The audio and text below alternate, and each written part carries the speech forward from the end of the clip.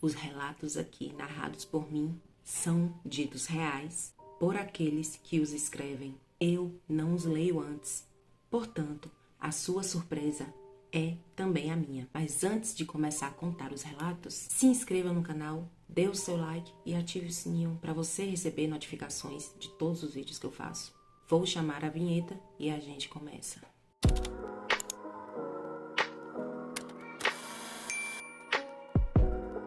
Saudações a todos do grupo. Quero contar um pouco sobre algumas experiências que eu tive com o sobrenatural há anos atrás. Sou cristã protestante, então eu não creio que espíritos humanos possam se comunicar com os vivos. Na minha religião só existe a crença em anjos, demônios e na Trindade. Eu morei durante um tempo nos Estados Unidos e nessa época eu ajudei meu líder, um pastor batista, no Ministério de Libertação. A gente auxiliava nosso pastor nos trabalhos de exorcismo e isso às vezes trazia consequência para nossas vidas. Eu tinha um cachorro e na época que eu amava muito, o nome dele era Mike, um cão de raça pastor alemão. Nessa época a gente estava acompanhando uma família que estava tendo muitos problemas com demônios. As pessoas estavam vendo as entidades na casa e estavam ficando doentes. Um garotinho de 5 anos passou a ter estranhas crises de sonambulismo. Ele tentava abrir a porta e sair de casa no meio da madrugada. Quando perguntado sobre o porquê ele fazia isso, ele apenas dizia que escutava uma voz chamando ele para brincar na rua de madrugada e que essa voz dizia que iria levar ele para um lugar com muitos brinquedos e que ele não iria mais ver os pais dele. Um caso complicadíssimo. Foi um dos que mais afetou nossa vida pessoal.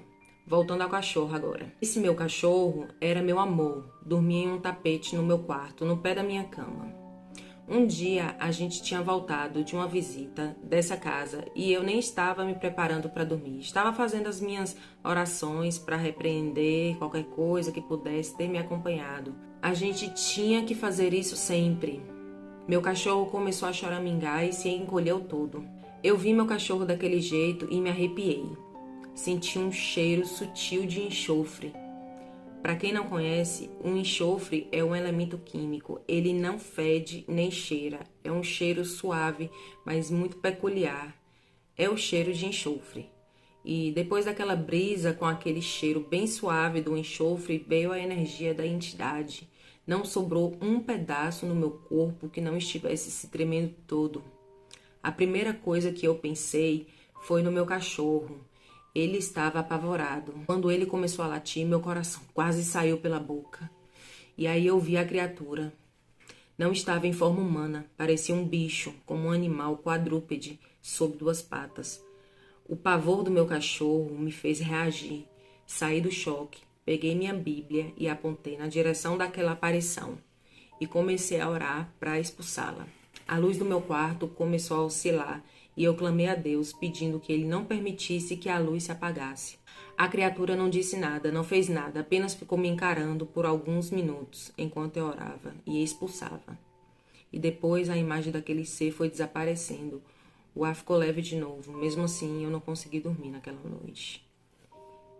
E eu acho que cheiro de enxofre, minha opinião, é muito ruim, não é suave. Próximo relato. Quem tem filhos sabe como as crianças são diante de algo novo. Era um dia de alegria para nós, os pequenos. Éramos 6. Não a novela, tá, gente? Éramos 6 aqui, em 6. Papai tinha comprado móveis novos e nós, muito felizes, esperando a entrega desde cedo. Meus tios, ela, irmã da minha mãe, viviam em Cuiabá e ambos se davam muito bem com meus pais. O tio dela e a irmã da mãe dela viviam em Cuiabá e se davam muito bem com os pais dela. Bom, em dado momento, ele, que era uma pessoa muito correta, nordestino, filho de holandeses, sabe aquela pessoa de palavra, honesta, trabalhador, não admitia nada ilícito, e um dia ele foi roubado e desiludiu-se de continuar morando na cidade e resolveu se mudar para Cuiabá. Desculpa, para Corumbá. Disse para minha mãe: vou morrer bem longe, onde urubu não existe. Acho que era uma expressão costumeira de alguma região do Nordeste. No dia que esperávamos chegar os móveis, era uma época em que a comunicação era precária. Não era como hoje, que a notícia de algo chega na hora. Enquanto estávamos todos cheios de alegria, a mãe, desde o amanhecer, não falava uma palavra. Ao amanhecer, ela teve uma visão de um acidente em uma estrada e viu um homem caído. Ela não queria ver quando apareceu um telegrama comunicando que meu tio havia falecido de acidente na famosa estrada de Urucum, onde havia extração de minérios. Gente, alguns relatos aqui não tem título, porque as pessoas não colocam título no relato. E como eu disse antes, não leio nenhum relato antes. Então, alguns vão ter títulos, outros não vão ter títulos, tá? O Passageiro. Noite de 13 de maio de 1973, numa época em que não haviam tantos ônibus em circulação, um agoniado passageiro pega o táxi do senhor João Florencio em frente à estação da Lapa, nas imediações do mercado municipal, com destino à Avenida Mutinga, altura do conhecido Largo da Briga de Pirituba. Gente, quanto nome difícil. Era um dia chuvoso e o agitado passageiro disse ao senhor João que teria que chegar rápido ao local, onde estaria sendo velado o corpo de um conhecido, que seria sepultado no dia seguinte, pois morava tão longe que não conseguiria ir para casa a tempo de voltar. O senhor João apenas estranhou o fato do homem estar com um terno seco, apesar de não ter guarda-chuva, mas estava acostumado com aquele tipo de corrida, pois na época era muito comum a realização de velórios nas próprias casas. Em pouco tempo, o senhor João chegou ao endereço solicitado e o passageiro apenas pediu que ele esperasse um pouco, pois iria pegar o dinheiro para pagar a corrida. Parado em frente à casa, senhor João observou o passageiro rapidamente subir os degraus de uma escada lateral íngreme e estreita, que dava acesso a uma varanda onde se encontravam algumas pessoas em silêncio. Senhor João esperou por cerca de 20 minutos e, como o passageiro não retornava, decidiu subir até a casa para saber o motivo da demora. Ele passou pela varanda que dava acesso a uma pequena sala onde o corpo estava sendo velado e olhou para todos os lados e não encontrou o seu passageiro. Então ele resolveu entrar na sala e, quando olhou para o caixão, sentiu um forte calafrio. Aquele homem deitado ali era o passageiro. O João desceu a escada apavorado, entrou em seu táxi e saiu em disparada daquele local. O destino ainda reservaria algo muito mais terrível ao senhor João. Em alta velocidade, ao contornar a ponte da Via Anhanguera, pela alça de acesso à marginal esquerda do rio Tietê, sem parar no cruzamento, um caminhão betoneira atingiu em cheio o táxi dele. E um acidente fatal que faria com que o senhor João encontrasse, ainda naquela noite, um misterioso passageiro. História baseada em fatos reais. Os nomes dos personagens e alguns detalhes foram alterados. O Pássaro de Fogo, mas não é a música de Paula Fernandes não, viu gente? Não restam dúvidas de que quando se monitora os céus, se avistam objetos voadores não identificados. Noite do ano de 1977, após um tradicional golzinho de rua, Nenê, descendente de índios, e seus amigos comentam os principais lances da pelada, quando Dudu olhou para o céu e viu um estranho objeto com luz amarelada, fazendo rápidas manobras para o alto e para o baixo, e chamou a atenção o que era aquilo voando tão alto. Seria um balão?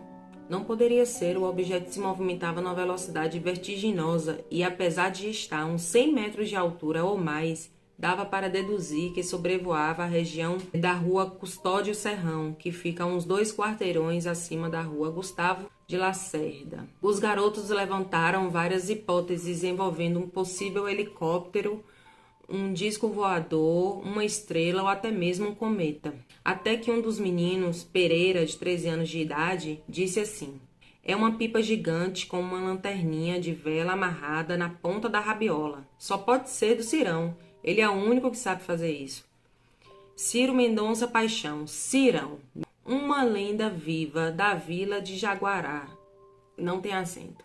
Então fica Jaguara. Simplesmente o melhor pipeiro de todos os tempos. Ninguém consegue ganhar uma guerra de pipas de Cirão.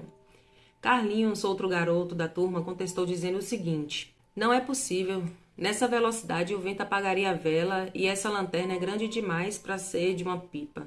Isso é um disco voador. Então, prontamente, o serviço secreto da rua organizou uma expedição para se dirigirem mais próximos ao local dos fatos e investigar melhor o fenômeno. No meio do caminho em direção à casa de Cirão, o objeto simplesmente sumiu, mas a turma continuou a busca pela rua para tentar desvendar aquele mistério.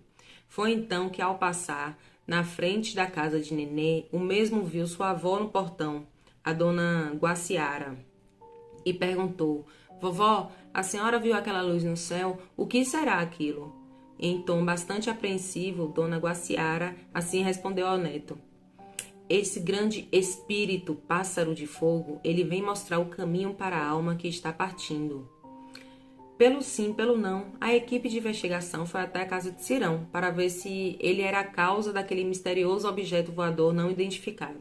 Chegando à casa de Cirão, sua mãe, a saudosa dona Dagmar, informou que Cirão não estava. Havia viajado no dia anterior, onde iria passar uns dias na casa da sua tia. Sem mais recursos para desvendar o mistério, aquela equipe de investigação retornou à casa e arquivou temporariamente o caso, aparentemente sem solução até os dias de hoje.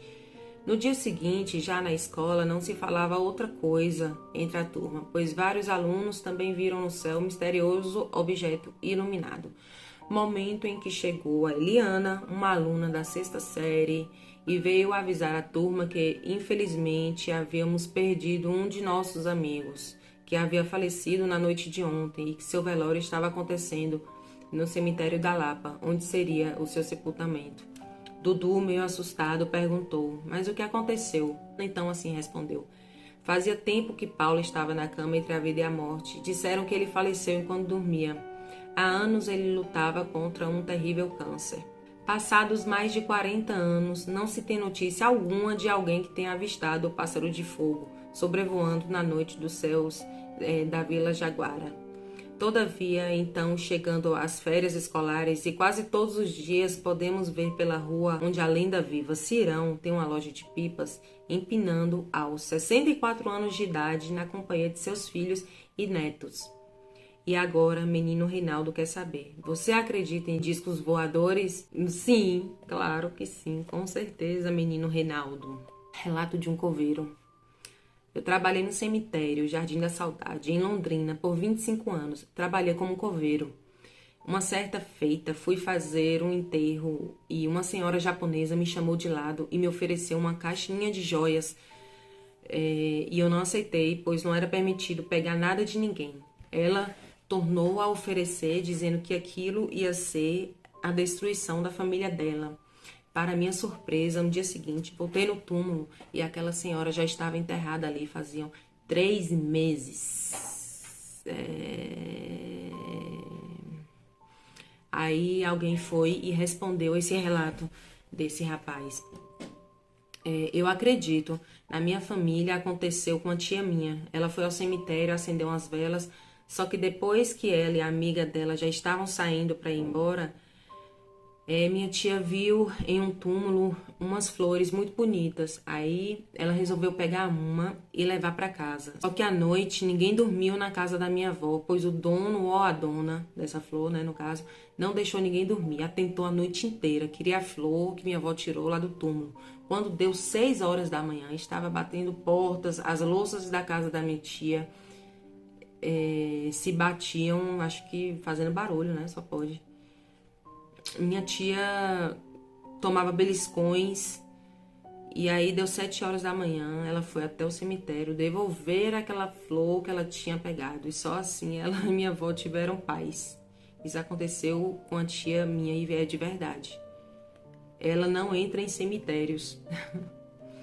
Meu Deus do céu. Às vezes, gente, fica um pouquinho difícil para eu ler o relato, porque as pessoas escrevem muito errado, muitas vezes. E embolam e escrevem palavras erradas. sem acentuação, sem pontuação, sem nada, sabe? Então é muito difícil, muitas vezes, ler um relato aqui. Por isso que às vezes eu tenho que ir e vir, porque, né, eu tenho que fazer uma manobrinha aqui na leitura. Próximo relato. A história que eu contarei é triste. Já comentei anteriormente que meus familiares, em sua maioria, são médiuns.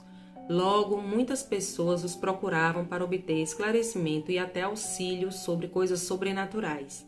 Lembro que já era noite quando uma vizinha, também muito amiga da minha mãe, foi até nossa casa. Ela estava muito preocupada com o que vinha ocorrendo com seu sobrinho, na época com 17 anos.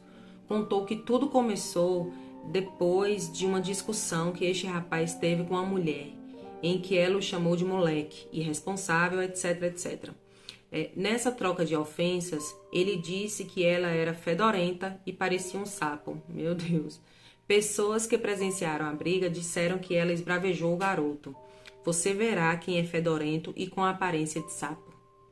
Passou-se um tempo e o rapaz começou a adoecer, perdeu o apetite e emagreceu muito rápido.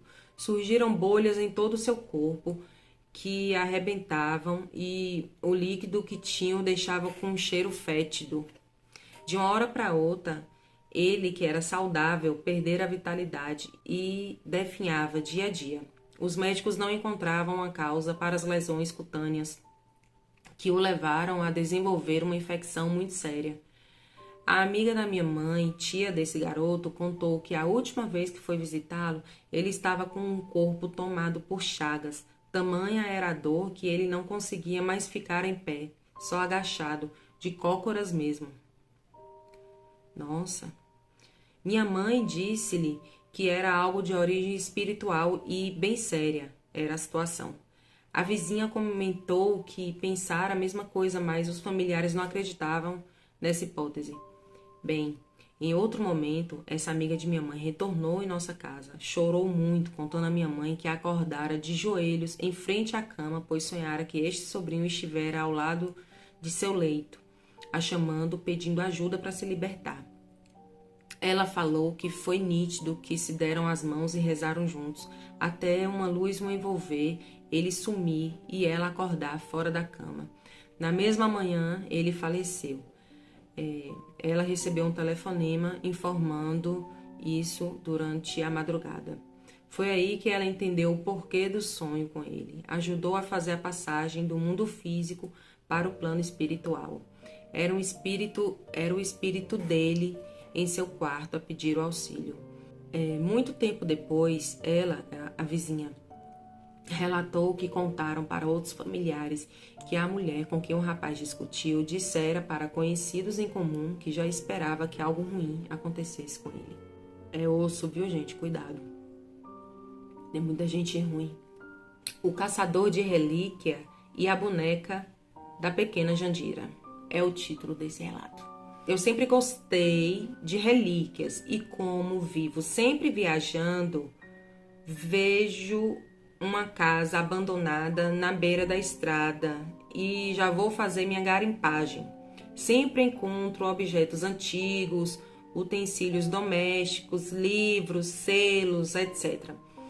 Até que um dia eu encontrei uma velha casa, já em ruínas, que já faziam muitos anos de abandonada. Então comecei a minha garimpagem.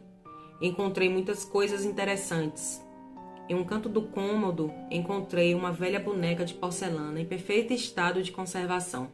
Eu fui logo pegando e levei comigo. Chegando na próxima cidade, me hospedei no hotel altas horas da noite. Acordei com um vento forte. Foi quando verifiquei a janela estava fechada. Como eu estava com muito sono, eu voltei a dormir. Foi então que sonhei com uma garotinha em frente à minha cama, com essa boneca em seus braços. E ela me disse: por favor, não leve embora minha boneca. Ela foi um presente da minha madrinha. Eu acordei de manhã, encabulado com sonho. Mas o pior foi minha surpresa quando eu olhei para o lado e a boneca estava em minha cama, do meu lado. Como eu sou muito ligado no sobrenatural, eu resolvi investigar. Fui na praça, onde tinham vários idosos jogando dominó, e então comecei a perguntar sobre a velha casa abandonada. Foi então que fiquei sabendo que lá morava um casal e sua pequena filha, por nome de Jandira. Mas por conflitos de terra com o fazendeiro da região, essa família deu cabo da família. Depois foram descobertos os assassinos e eles foram presos. O fazendeiro, que foi o mandante, acabou morrendo num acidente de uma forma misteriosa. E segundo o relato de um dos sobreviventes que estava com ele, eles viram uma menina com uma boneca nos braços no meio da estrada. Ele foi desviar e caiu com a caminhonete na ribanceira e morreu. Então eu resolvi ir ao cemitério encontrar o túmulo da pequena Jandira. Assim que eu encontrei, eu coloquei a boneca na sua capelinha, ajoelhei, fechei os olhos e fiz orações para a pequena descansar em paz. E então eu senti um vento forte e o toque de uma pequena mão em meus ombros, e um forte perfume de jasmim, o cheiro dos anjos. Agora não sou só caçador de relíquias, mas sou também caçador de mistérios. Vou contar um relatinho pequenininho, tá, gente? Vai que os outros não tão bons. E outra coisa, esses relatos são ditos reais aqui pelas pessoas que escreveram. Eu não posso assegurar que são. Eu acredito que sejam. Eu prefiro acreditar que sejam. E me deem um desconto. É um dos primeiros vídeos que eu faço. Eu tenho procurado fazer de uma forma muito descontraída e procurar uma forma de fazer a minha maneira. E eu ainda não achei. Talvez seja essa a forma. Então eu conto com a ajuda de vocês. Paciência e muito obrigada. Vamos lá. Vou contar um bem pequenininho, tá? Quando eu era adolescente, tinha uns 17 anos, em 2007, e eu tocava na noite. Cheguei em casa umas 11 horas da noite e ia passar um filme de terror na TV aberta. Deitei na rede e adormeci na sala. De repente, no sonho, eu acordei e vi que a janela da sala estava aberta. Eu tomei um susto, pois tinha acordado desorientado e não sabia que horas eram. Então me levantei da rede e fui fechar o janelão. Quando de repente alguém segura a janela para não fechar. Era o meu avô paterno. No sonho eu sabia que ele não estava mais entre nós e eu fiquei com medo e fui me afastando e ele me disse: diga a Clóvis muito obrigado. Clóvis é o nome do meu pai. Eu fiquei muito assustado. Ao acordar, já estava passando o filme de terror, nem quis saber mais de filme. Fui dormir e de manhã falei. Dei um recado pro meu pai. Só que aqui ele não conta muito obrigado pelo quê, né? Eu vou dar uma olhadinha aqui nos comentários. Deixa eu ver todos os comentários. Se ele comenta, né? O porquê desse muito obrigada. Uma pessoa aqui, gente, fala: nunca devemos dormir com a TV ligada. Ela é um portal. Rasga. Eu durmo com a TV ligada toda noite, não durmo no escuro. Você ficou sabendo por que o seu avô estava agradecendo ao Clóvis? Aí ele botou: não fiquei sabendo. Lembro que acordei e contei ao meu pai. Ele ficou pensativo, como se soubesse do que se tratava. Aí uma pessoa fala aqui: projeção astral. Relato de uma sexta-feira 13. Eram 3 horas da manhã. Acordei no susto, achando que tinha perdido a hora para acordar meu marido, que sai às 4h30 de casa para ir trabalhar. No meu corredor tem um espelho de mais ou menos 1,80 m. Cara, posso jurar que tinha algo no espelho. Ao passar por ele, não foi o meu reflexo que eu vi. Vi uma sombra mais alta, escura, mas sem rosto. Eu senti um calafrio e passei o dia todo com a sensação de que eu não estava só. Sim, verdade. Às vezes acontece isso, né? Aí uma pessoa colocou aqui: coloque um lençol para cobrir esse espelho à noite. É mesmo, tampar, né? Com lençol. Aí outra pessoa colocou: cubra ele com um lençol ou vire ele para a parede. Espelhos são portais também, pelo visto, para outros seres virem para nossa dimensão. Pode rir aí quem quiser, mas tive experiências tão ruins com espelhos que só tenho eles no banheiro. Pesquisem para vocês verem. Eu gostei dessa pessoa, vou curtir. Não tenho espelho na minha casa, outra pessoa falando. Eu tinha um guarda-roupas bem grande no meu quarto e ele tinha um espelho em uma das portas. Uma certa noite acordei de madrugada. Eu tenho o costume de olhar a hora e quando me virei para o espelho que ficava bem em frente da minha cama, no reflexo, eu vi uma mulher em pé do lado do meu marido. Nossa, levei um susto. Eu acendi a luz e ele acordou e perguntou se estava bem. Eu disse que sim. Apaguei a luz e fiquei quietinha. No outro dia eu contei para ele. Ele falou que talvez eu tivesse sonhado, mas eu estava muito bem acordada. Comecei a cobrir o espelho até que quebrou uma porta e nós trocamos por outro sem espelhos, pois aqui em casa é cheio de espelho. Só na sala tem 3. Tem esse aqui atrás de mim, tem um no meu quarto, do guarda-roupa também, e os banheiros tem espelho. Tudo tem espelho aqui, eu adoro espelho. Bom, pessoal, eu espero que vocês tenham gostado. Eu volto logo mais com mais relatinhos assombrados para vocês, viu? Um beijo, fiquem com Deus e até o próximo vídeo. Tchau!